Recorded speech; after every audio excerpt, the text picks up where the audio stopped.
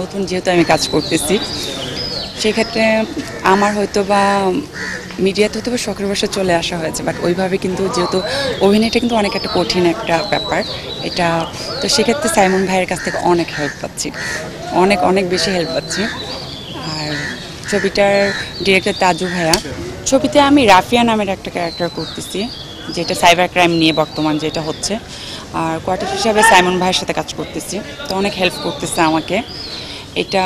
আর তাজু ভাইও মানে নতুন ডিরেক্টর হিসাবে সেও আমাকে অনেক হেল্প করতেছে। আগে আমি র্যাম্পে কাজ করতাম, মিডিয়াতে আমার হঠাৎ করে আসা হয় ফ্যামিলি থেকে, ভাই ভাবির কাছ থেকে উৎসাহিত, ওদের উৎসাহিত আসা হয়েছে। আর বলবো যে অভিনয় ব্যাপারে নাচটা আমি কলকাতা থেকে শিখে এসেছি, ফাইটটা শিখেছি, এই তো অভিনয়টা নিজেই বাসায় যতটুকু মানে ফ্যামিলির সাথে, অভিনয়টা তো আসলে একটা বাস্তব, আমরা নিজেরাই সর্বক্ষণ অভিনয় করি নিজেদের সাথে, জাস্ট ওইটাকে ক্যামেরার সামনে গল্পের সাথে চরিত্রের সাথে ফুটিয়ে তোলা আর কি।